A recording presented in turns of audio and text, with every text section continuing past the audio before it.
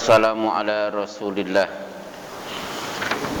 Asyhadu an la ilaha illallah wa asyhadu anna muhammadan abduhu wa rasuluhu wa ba'du. Kembali kita hadiri majelis ilmu. Sebenarnya materi sholat yang akan saya sampaikan, tapi berhubung ini bulan Muharram, di depan mata ada salah satu sunnah yang perlu kita hidupkan, maka malam hari ini kita akan membahas tentang saum di bulan Muharram. Bagaimana sejarahnya dan bagaimana caranya. Sebelumnya perlu diketahui, berkenaan dengan bulan Muharram, Allah berfirman, "Inna iddatasy syuhuri 'indallahi 12 syahran fi kitabillahi yauma khalaqas samawati wal arda minha arba'atun hurum." Jumlah bulan dalam satu tahun itu ada 12, sudah Allah tetapkan semenjak Allah ciptakan langit dan bumi. Minha arba'atun hurum, dari 12 bulan itu ada 4 bulan haram: Dzulqa'dah, Dzulhijjah, Muharram, dan Rajab. Berkenaan dengan 4 bulan haram ini, Abu Mujibah al-Bahili pernah diberi nasihat, sum sahra sabri wa sum ashhural hurum, tunaikan saum di bulan Ramadan dan tunaikan saum di bulan-bulan haram. Baik, itu sebagai mukadimah. Mari kita menuju fotokopian di halaman pertama. Sejarah perintah saum Ramadan maksudnya. An Aisyata radhiyallahu anha qalat kanu yasumuna asyura'a qabla an yufrada ramadanu wa kana yauman tustaru fihi al-ka'batu falamma faradallahu ramadana qala Rasulullah sallallahu alaihi wasallam man syaa'a an yasumahu falyasumhu wa man syaa'a an yatrukahu falyatrukhu. Dari Aisyah radhiyallahu anha berkata, mereka, maksudnya Rasulullah dan para sahabat, dahulu ketika di Mekah menunaikan saum Asyura sebelum diwajibkan saum Ramadan. Nah sekarang pertanyaannya, sejak kapan Ramadan diperintah saum? Maksudnya kapan ya ayyuhalladzina amanu kutiba alaikumusiyam Allah turunkan? Kira-kira saja Pak. Di Madinah tahun 9. Berarti kalau tahun 9, sementara Rasulullah sallallahu alaihi wasallam meninggal dunia tahun 11. Mau ditambah, dikurang? Kurangi dikit. Ya kurangi. Ya. Ya ayyuhalladzina amanu kutiba alaikumusiyam turun tahun 2 Hijriah. Berarti tahun pertama di kota Madinah Rasulullah belum menunaikan saum Ramadan maksudnya. Berarti selama ini yang beliau tunaikan apa? Saum Asyura, namanya juga Asyura, tanggal 10 Muharram.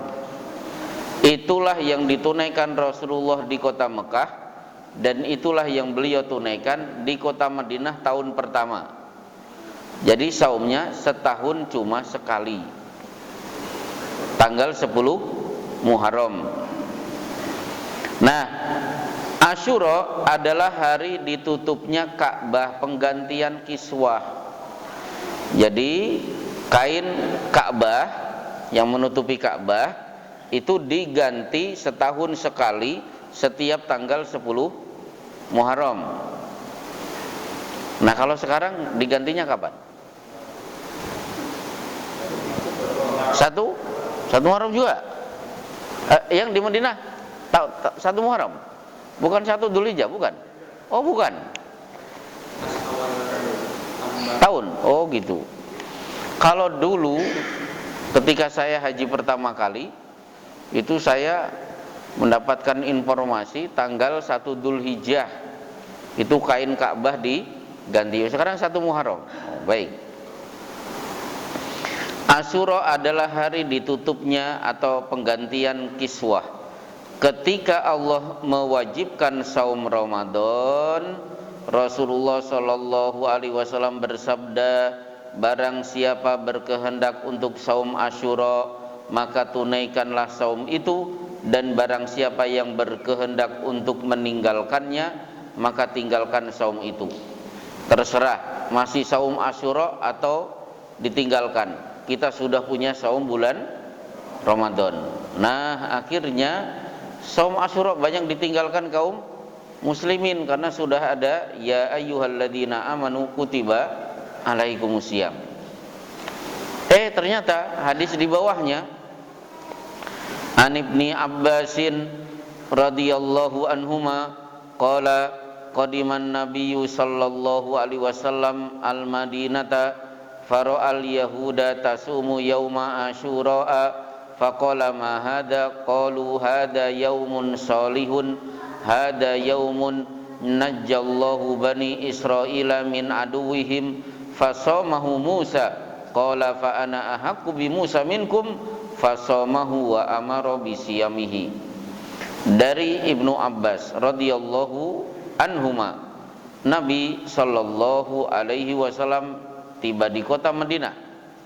Beliau melihat kaum Yahudi menunaikan saum hari Asyura.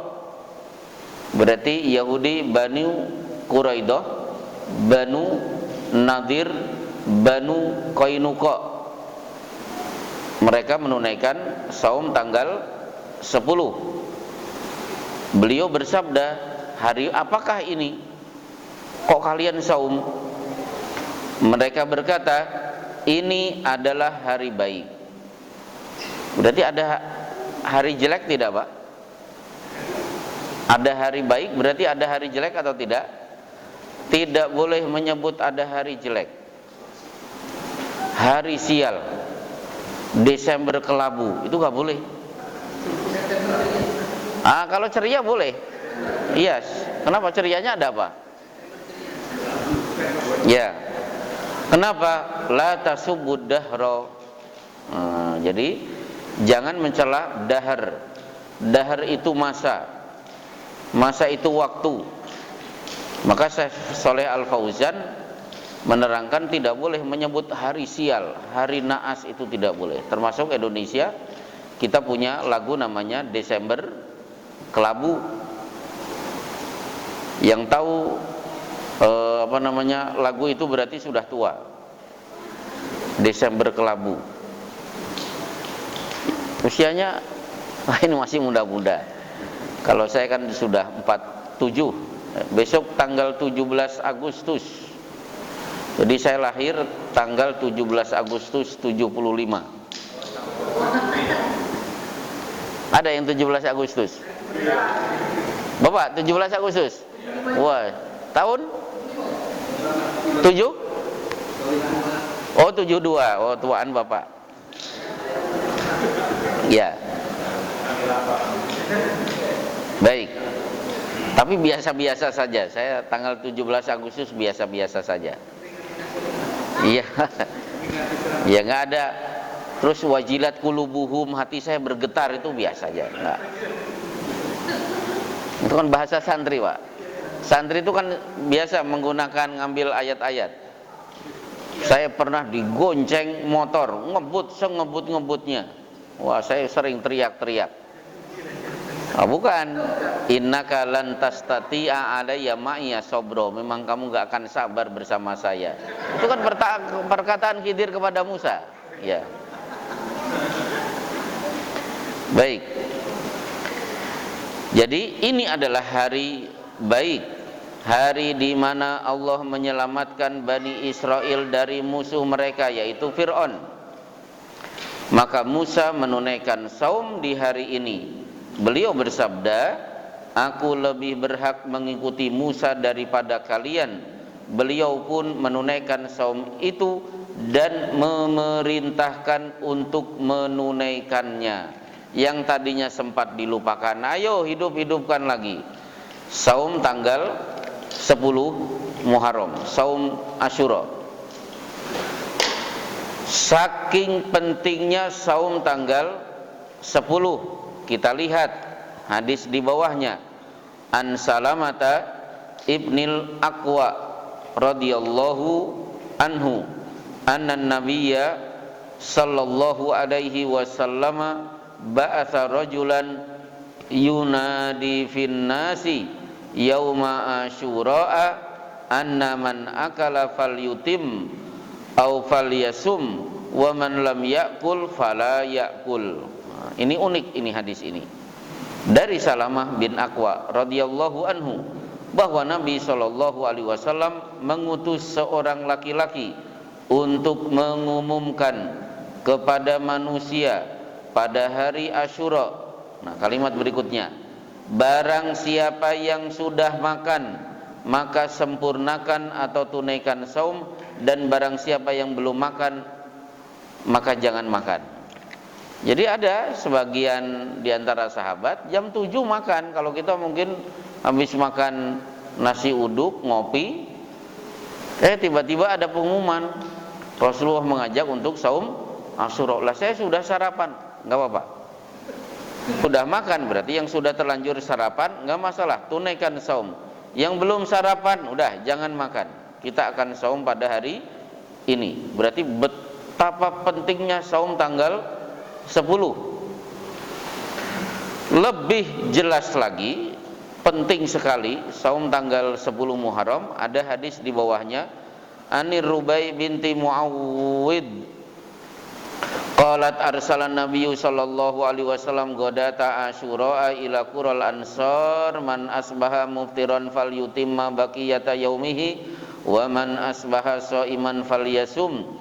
Qalat fakunna nasumuhu ba'du wa nusawwimu sibyanana wa naj'alu lahumul lu'bah minal ihni fa idza baka ahaduhum ala ta'ami a'tainahu dzaka hatta yakuna indal iftar.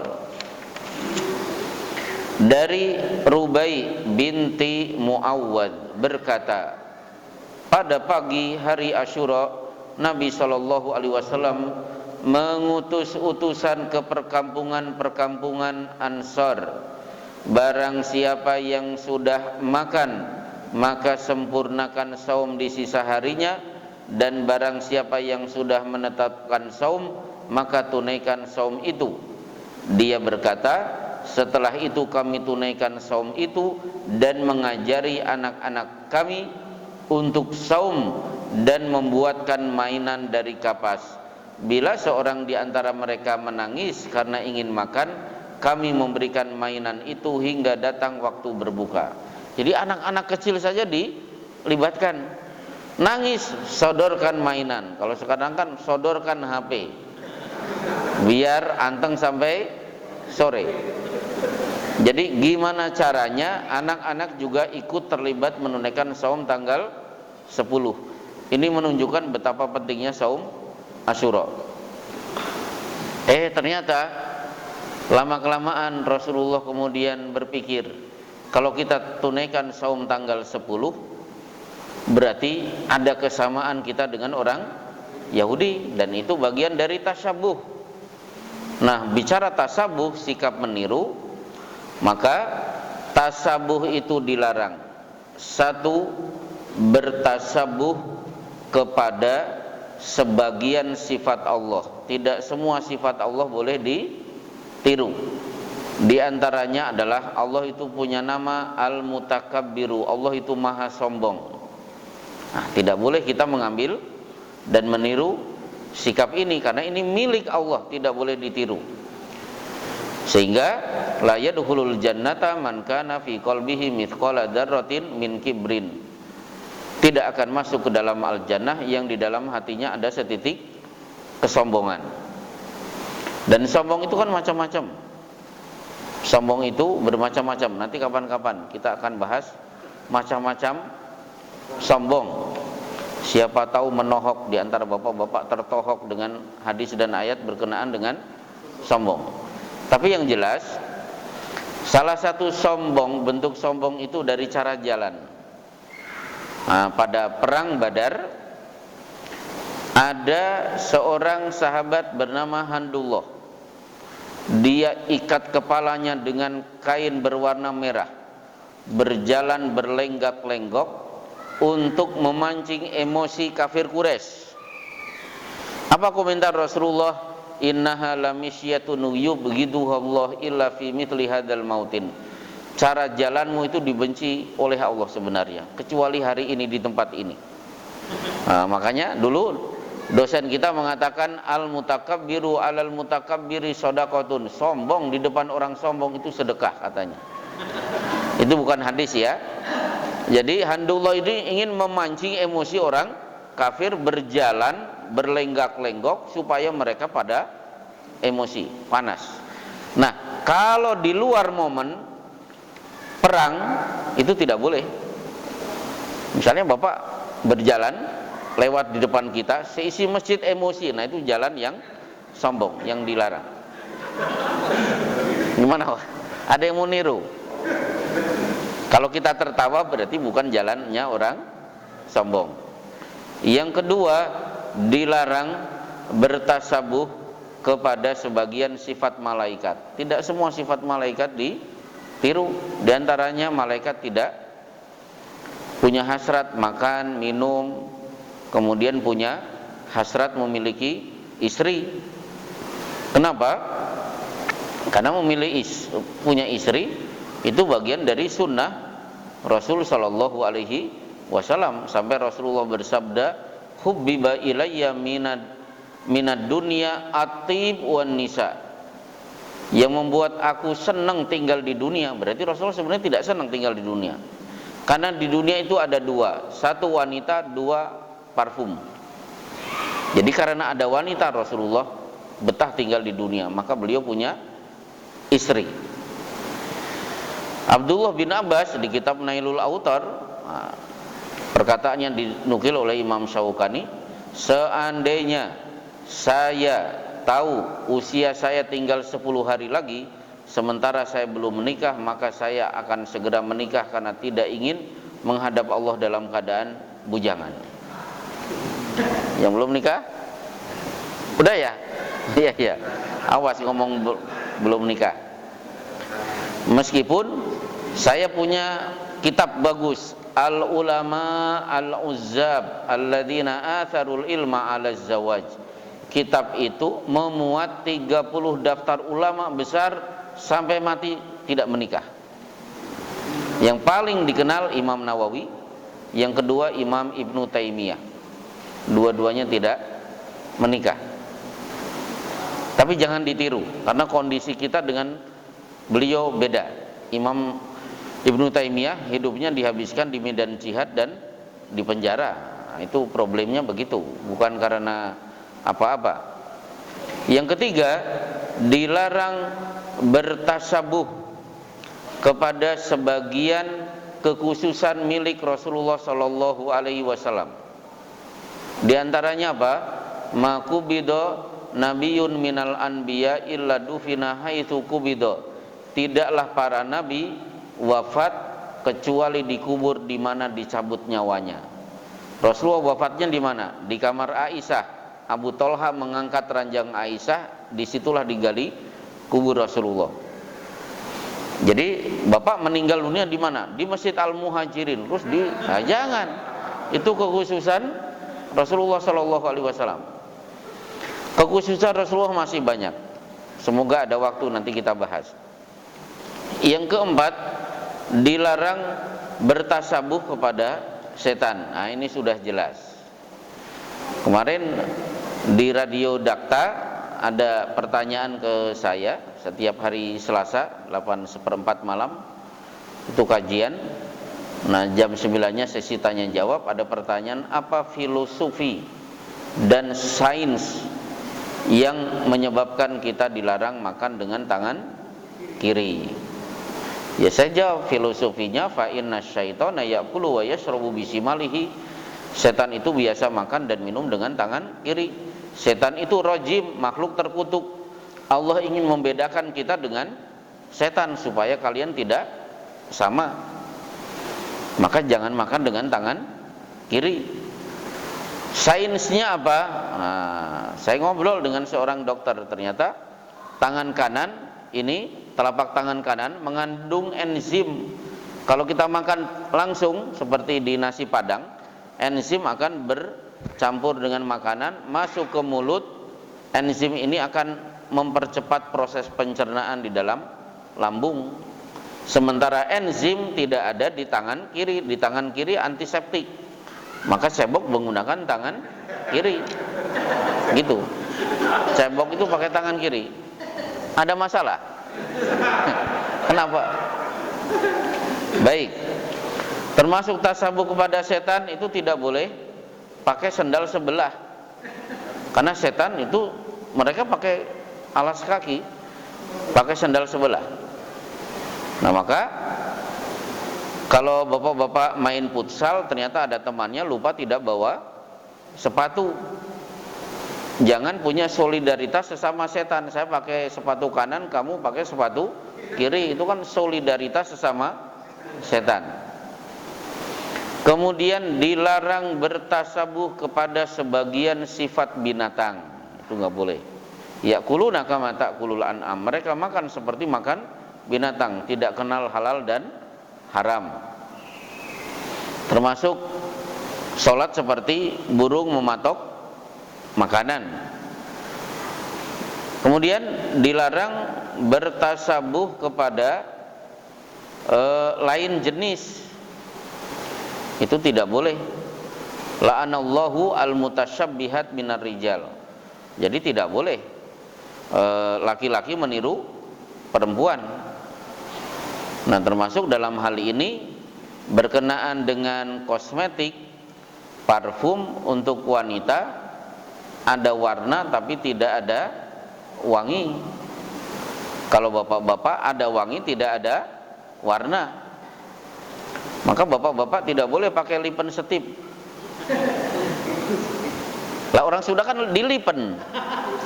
Mana ada orang Bandung yang dari Bandung mana? Hadir. Dilipen kan, kalau kita menyebutnya lipen setip. Bapak nyebutnya apa? Oh, lipstick. Oh, gitu, lipstick. Kalau kita kan nyebutnya dilipen. Kenapa? Itu ada warna. Termasuk bertasabuh kepada yang bukan bakat kita, itu tidak boleh. Saya tidak punya bakat itu, memaksakan diri untuk meniru bakat dia, padahal kul kullu ya'malu ala syakilatihi. Kita berkiprah sesuai dengan skill masing-masing, bakat kita masing-masing. Coba para sahabat itu kan mengikuti bakatnya sendiri-sendiri. Mu'adz bin Jabal itu orang yang paling mengenal halal dan haram. Zaid bin Harisah paling paham ilmu waris. Abdullah bin Abbas tafsir, sampai disebut Ra'isul Mufassirin, penghulunya ahli tafsir. Kemudian Abu Syureh, inna qaumi idza talafu fi syai'in fahakamtu bainahum faradiya kilal fariqain. Pokoknya kalau ada orang tengkar datang Abu Syureh, urusan beres. Ya sudah, dia diarahkan ke situ. Jadi jangan memaksakan diri. Nuhina anit takalluf, kami dilarang untuk memaksakan diri. Seperti teman saya ceramah itu pengennya niru-niru ini apa? Ya ustadz-ustadz lain. Karena orang Jawa itu kan punya prinsip ceramah itu. Apa itu? Niteni, nerokni, nambahi. Nah, apa itu? Niteni. Wah, lihat itu ceramah ustadz itu, dititeni, diamati. nerok nih, kemudian di rumah ditiru, nambahin apa, dimodifikasi.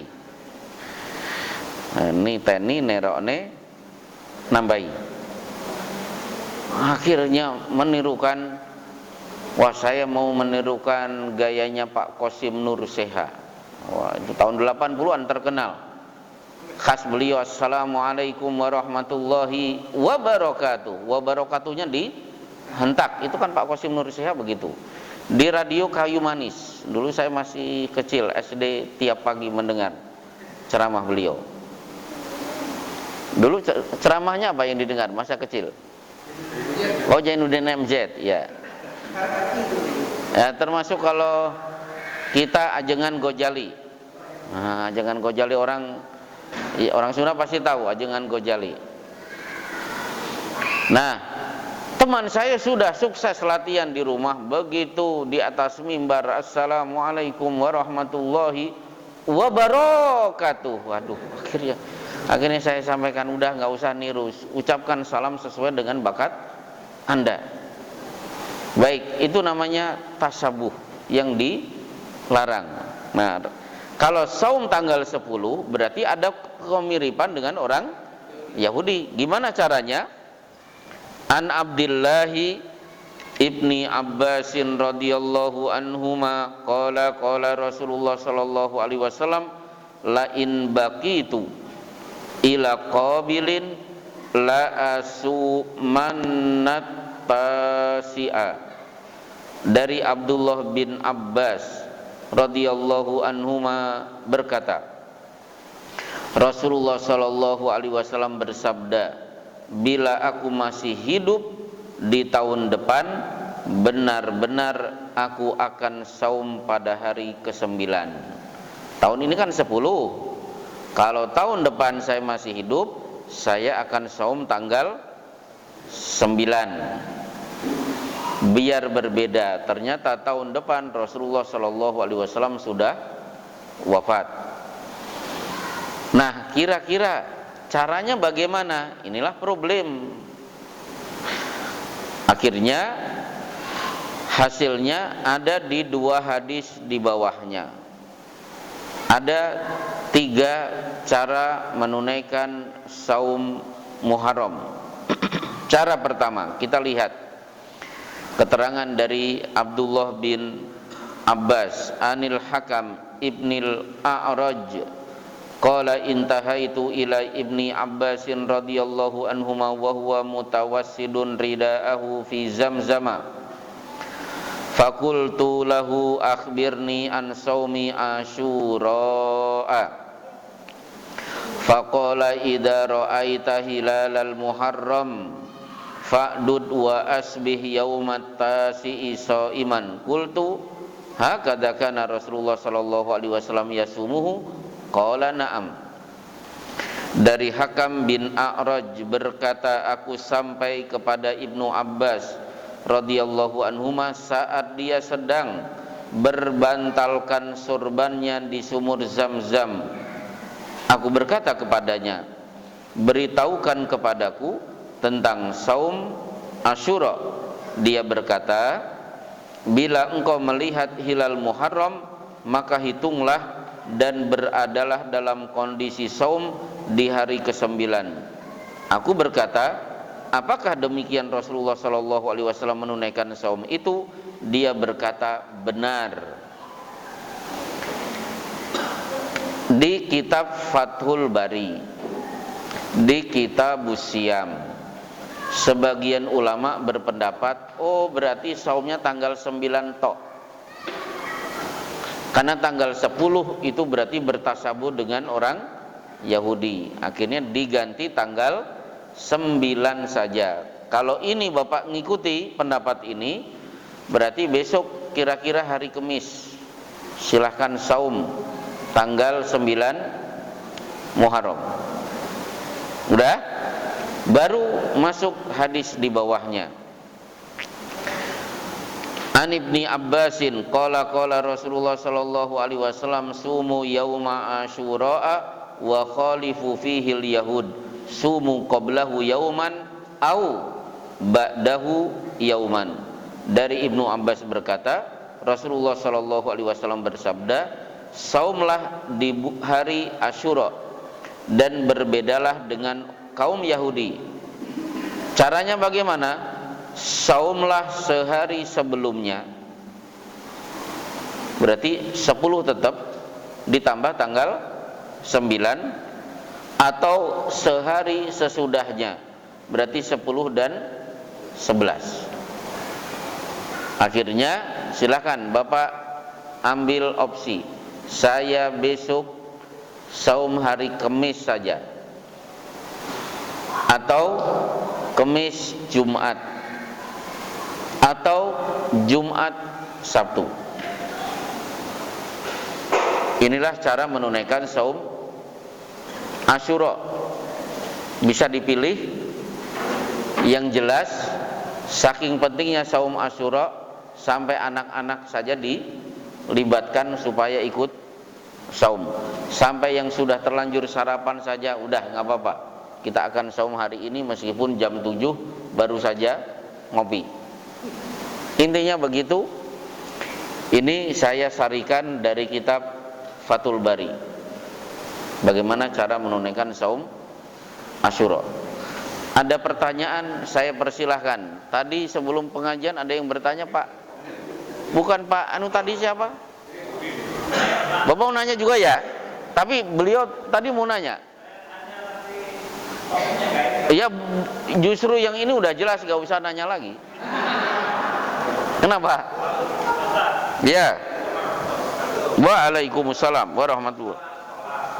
Itu ada ikut imam, bukan imamnya di mana tapi bablas saja. Itu yang pertama. Contohnya apa bablas? Duduk at-tahiyat. Rakaat kedua duduk at-tahiyat, imamnya berdiri. Kita sudah subhanallah. Imamnya nekat tetap berdiri. Pertama, kedua,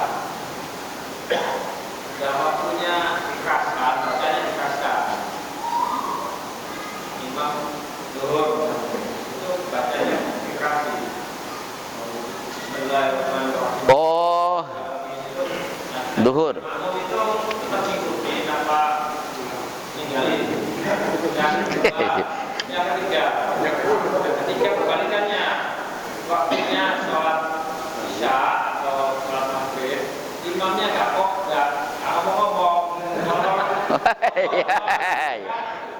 Aduh. Itu tiga itu asal. Baik. Ini ukoronya mantep atau ukoro. Iya. Baik. Sepindah, Pak. Ya, nomor 1. Apa tadi? Oh, imam bablas. Biarkan. Iya, kan begitu. Pak, intinya fa in asabu falakum walahum wa in akhtau falakum wa alaihim. Udah ikuti imam. Imam benar, imam dapat pahala, kalian makmum dapat pahala. Imam salah, ya karena makmum mengikuti, pahala dimiliki oleh makmum, salah ditanggung imam. Itu prinsip ya Pak ya. Nah, berkenaan dengan imam duduk at-tahiyat kok berdiri sudah subhanallah, berarti imam mengambil fikih madhab, siapa yang sudah berdiri itu tidak boleh turun lagi. Kalau munggudul ke rakaat sebelumnya batal, gitu Pak. Kecuali baru mau berdiri belum sempurna, baru gini subhanallah turun lagi. Tapi kalau sudah berdiri itu tidak boleh mundur lagi. Mundur berarti batal. Ya iya, akhirnya taunya ketika imam sudah berdiri. Subhanallah, itu yang terjadi 3 hari yang lalu sholat asar. Saya seisi masjid subhanallah. Ya kalau boleh ngomong ya saya ngomong bagen. Kan bahasa Bekasi bagen gitu. Nah, baru begitu selesai sholat saya sampaikan, Bapak maaf saya tahu, saya baru sadar saya salah ketika Bapak mengucapkan subhanallah, tapi maaf, posisi saya sudah berdiri, tidak mungkin balik lagi. Balik lagi turun berarti batal sholat saya. Sampun? Nggih. Pertanyaan kedua. Oh, sir. Ini pelajaran kedua yang pernah saya sampaikan tentang tata cara salat. Wa kana yukri'unal ayata ahyanan. Kadang-kadang Rasulullah mengeraskan sebagian ayat. Allahu Akbar. Amma yatasaalun. Habis itu udah diam lagi. Supaya makmum tahu, oh berarti yang saya baca amma yatasaalun, siap-siap mental. Rakaat ini agak sedikit panjang. Itu Pak, boleh. Alif lam ra. Saya alif lam ra, kitabun anzalnahu ilaika litukhrijan nasa minadz zulumati ilan nuri biidzni rabbihim ila siratil azizil hamid. Itu berarti surat Ar-Ra'du. Nah, lumayan Ar-Ra'du. Udah, 2, 3. Nah, lengkap. Oh, nggak boleh. Ahyanan itu. Oh, gitu ya. Oh, mungkin lupa. Oh iya, betul. Oh gitu ya, mungkin imamnya malawung. Nah, malawung mungkin ya. Kadang-kadang begitu. Nah, yang ketiga, sholat maghrib malah sir. Oh, jangan ditinggal. Udah biarin aja. Salah imam itu ditanggung imam. Jangan kabur. Tetap. Yang jelas, sallu khalfa man qala la ilaha illallah. Salatlah kalian di belakang orang yang sudah mengucapkan la ilaha illallah. Fa in aqta'u falakum wa alaihim. Salah kalian dapat pahala, dosa ditanggung imam. Nah, udah. Yang ketiga tadi ya keliru juga. Maghrib kok malah diem. Tapi ya udah ikuti aja. Gitu. Imamnya kok gak ngomong-ngomong. Tapi bener loh Pak. Fa innahu yunaji rabbahu. Orang yang sedang sholat, dia sedang bercakap-cakap dengan Tuhannya. Betul. Kok gak ngomong-ngomong, itu bahasa polos, hadisnya ada. Ya, betul. Ada yang lain Pak? Silakan Pak. Ya nggak apa-apa. Pokoknya jangan keras, jangan terlalu pelan. Boleh antara-antara. Seperti Abu Bakar dan Umar bin Khattab yang diberi nasihat oleh Rasulullah. Umar kekencengan, Abu Bakar gak kedengaran. Boleh Pak, silakan. Ya.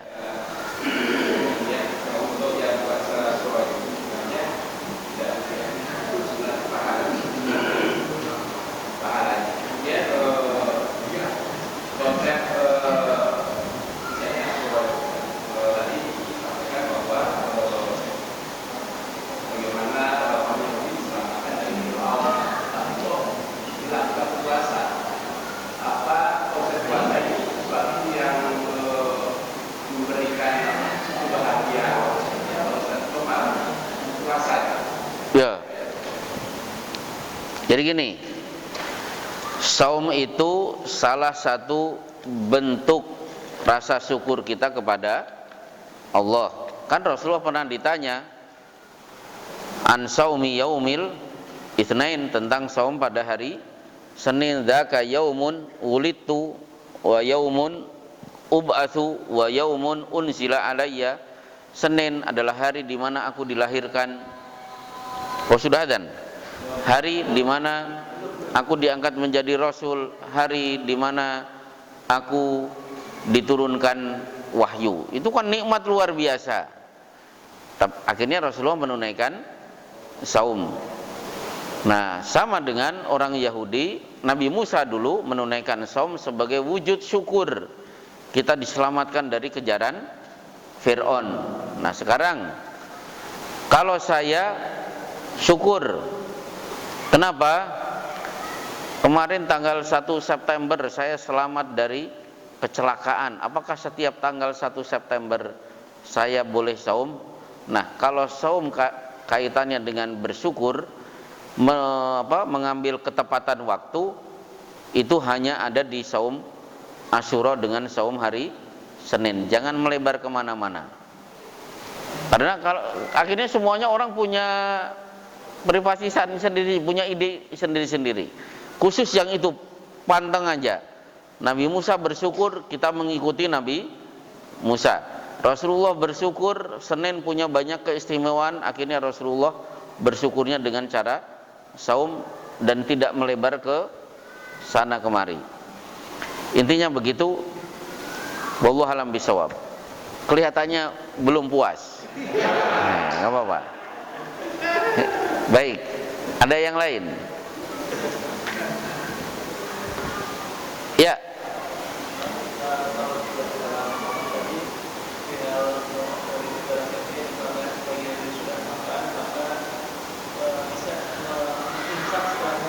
Ya.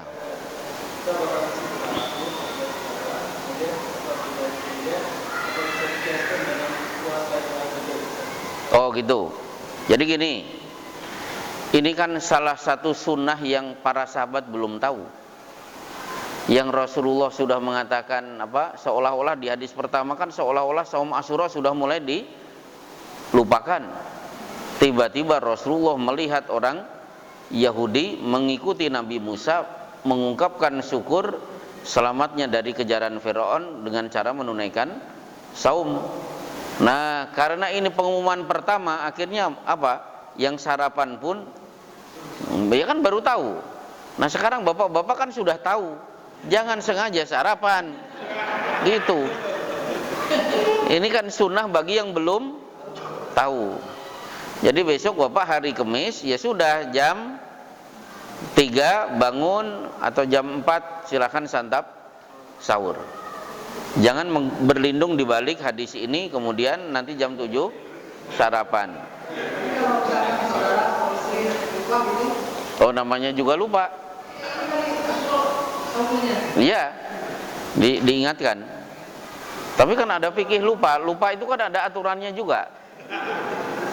Saya pernah diminta untuk membahas tentang fikih lupa. Oh, ada aturan-aturan lupa, itu ada. Jadi lupa ya lupa, tapi jangan ya keterlaluan. Nah, coba di kitab Subulus Salam, ada orang datang menghadap Abu Hurairah, sumtu wa nasitu fa akaltu. Saya saum, saya lupa, gimana? Saya terus makan. Enggak apa-apa, saum lagi. Besok datang lagi. Kalimatnya sama, lupa lagi ya wahai Abu Hurairah. Enggak apa-apa, lanjutkan. Begitu besok lupa lagi, Abu Hurairah pun kesel, innaka rajulum lam yata'awwadis siyam. Kalau orang Bekasi udah besok jangan puasa lagi. Jadi ungkapan kekesalan Abu Hurairah, kenapa lupa tiap hari? Baik. Ada yang lain? Di luar pembahasan. Kelihatannya masalah saum udah jelas. Enggak usah ditanyakan lagi. Oh, adzan, silakan adzan. Lanjutkan.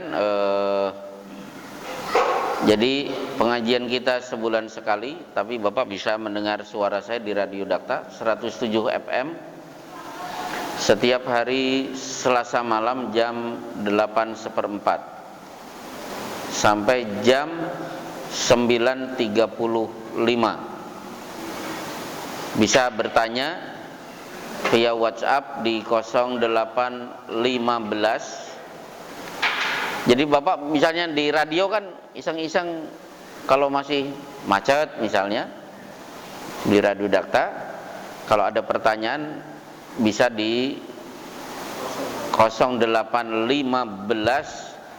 11 107 107.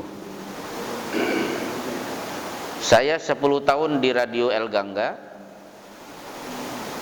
Tahu sendiri Radio El Gangga, radionya orang Bekasi. Selesai saya ceramah langsung goyang dombret kan. Tapi pendengar rating saya termasuk paling tinggi saat itu. Tapi hati saya berontak. Ya Allah, saya pengen ke Radio Dakta. Kenapa Radio Dakta? Radio Dakta itu radio pertama kali mengudara yang mendakwahkan sunnah di Bekasi. Jadi sebelum ada radio-radio yang lain, Dakta sudah menjadi radio dakwah. Alhamdulillah saya dikabulkan, saya di situ. Ya, Jalan Kiai Haji Agus Salim. Baik, ada pertanyaan? Silakan. Ya. Ya. Dengan kita ingin bersyukur, ada sebagian yang mengatakan kita syukur ulang tahun sebagai wujud syukur juga.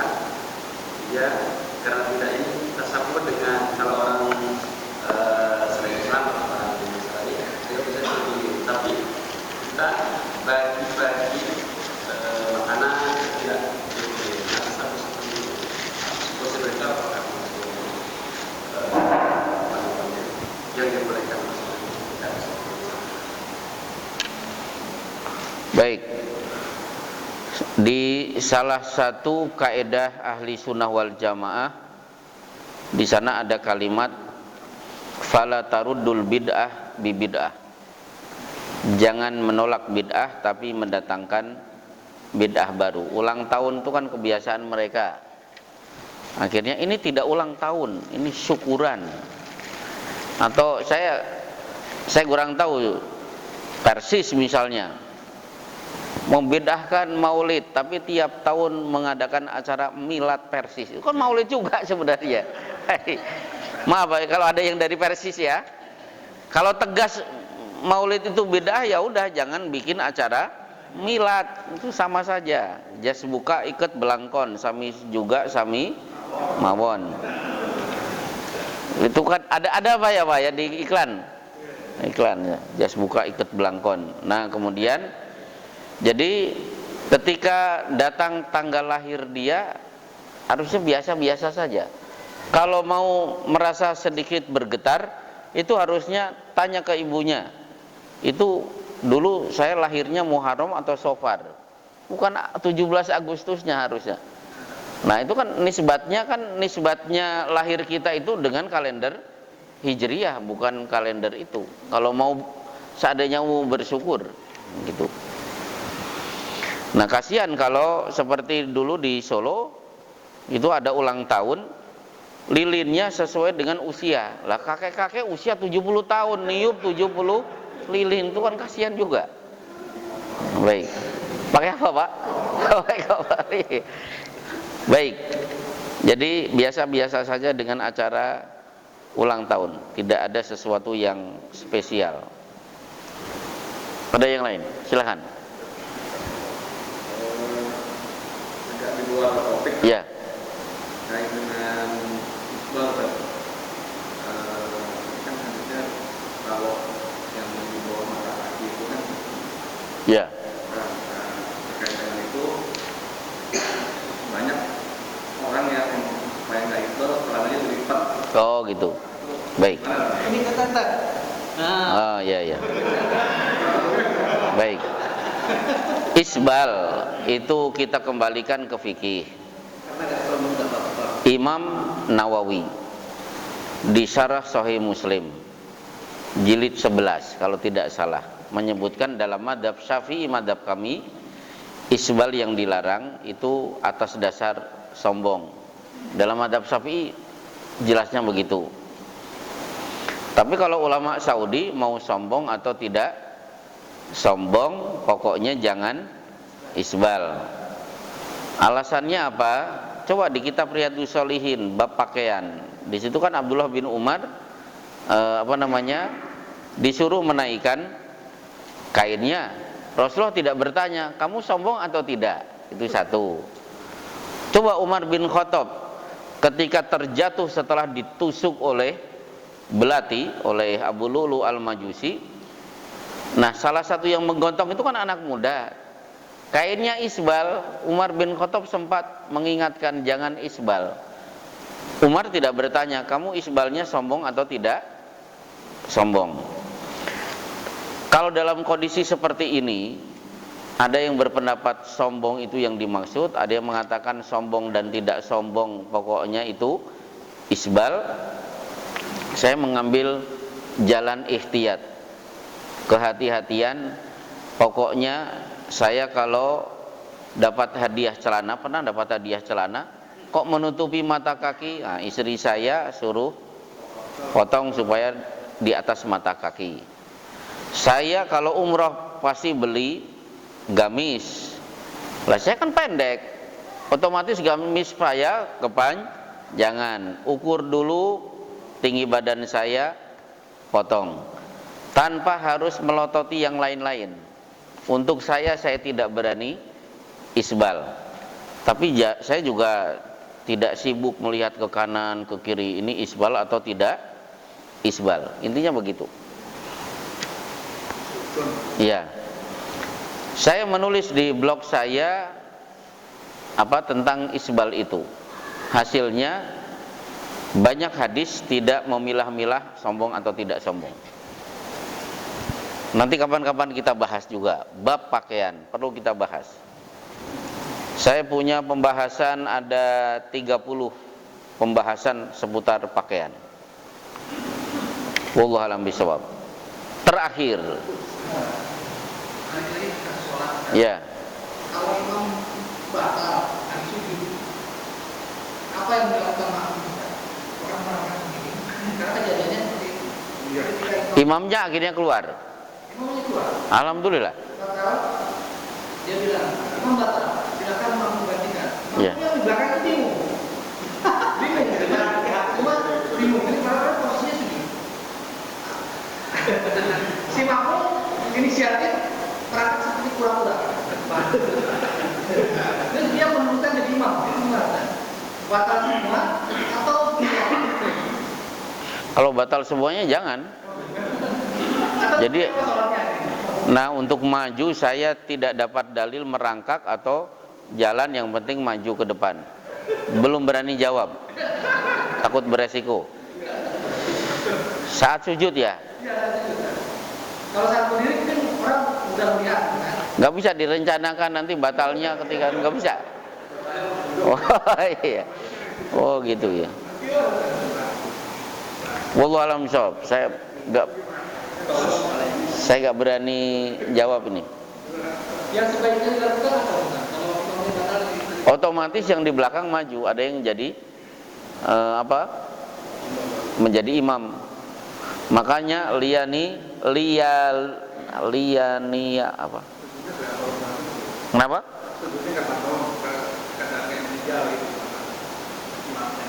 Iya, imamnya meninggal. Pokoknya kalau imam berhalangan karena batal atau yang lain, otomatis yang di belakang maju. Dan tidak menutup kemungkinan imam jadi makmum, makmum menjadi imam. Itu yang terjadi pada diri Rasulullah ketika beliau terlambat karena menyelesaikan persengketaan yang terjadi di Banu Amir. Iqamat akhirnya terpaksa dikumandangkan, Abu Bakar maju. Begitu sudah Allahu Akbar, Rasulullah datang menyibak dari belakang, berjalan terus sampai akhirnya berada di saf paling depan di belakang Abu Bakar. Seisi masjid nepuk-nepuk mengingatkan Abu Bakar. Falamma kathurat taswi, ketika banyak yang bertepuk, Abu Bakar menoleh, mengangkat tangan bersyukur kepada Allah, Rasulullah sudah datang. Akhirnya Abu Bakar mundur, Rasulullah pun yang maju. Ini kan contoh, imam jadi makmum, makmum jadi imam, walaupun gak batal. Boleh, jadi imam tetap kalau datang boleh maju. Cuma kalau terjadi di masyarakat, persepsinya apa? Imamnya tidak mau ngalah, kan gitu. Ego, tidak mau ditempati oleh orang lain. Sudah selesai, lihat ya. Kalau yang asuran ini kan Mungkin kalau kita lihat di Irak juga mereka melakukan Asyura. Oh, Karbala. Ya, mungkin sampai ada guru-guru yang kita bahkan ada yang kita mempercayai sampai. Iya. Apakah itu juga? Ya. Tadi pagi saya diminta mengisi kajian seputar Syiah. Saya hanya mengisi materi 10 pertanyaan yang bisa kita lontarkan kepada orang Syiah. Saya tadi tidak menerangkan sejarah Syiah, cukup 10 pertanyaan yang bisa kita lontarkan kepada orang Syiah. Nah, salah satunya adalah ratapan Karbala. Ketika mereka berkumpul membawa senjata, benda tajam, kemudian melukai tubuh biar berdarah-darah. Pertanyaannya adalah, melukai tubuh mereka sebagaimana yang dilakukan oleh murid-muridnya. Coba lihat ulama mana yang mau melukai tubuhnya? Ya anggota pengajian. Ulamanya cuma ngasih provokasi betapa sedihnya kita kehilangan Husain. Termasuk nikah mut'ah. Kita bisa bertanya, tunjukkan kepada kita ulama Syiah merelakan putri-putrinya nikah mut'ah. Enggak ada. Yang ada ceramah mereka mengisi nikah mut'ah. Coba di YouTube kan ada yang bertanya, saya bisa tidak menikahi putri Anda? Kan sayanya marah-marah ulamanya. Kurang ajar. Itu kan ciknang. Licik hayang menang. Itu ciknang. Baik.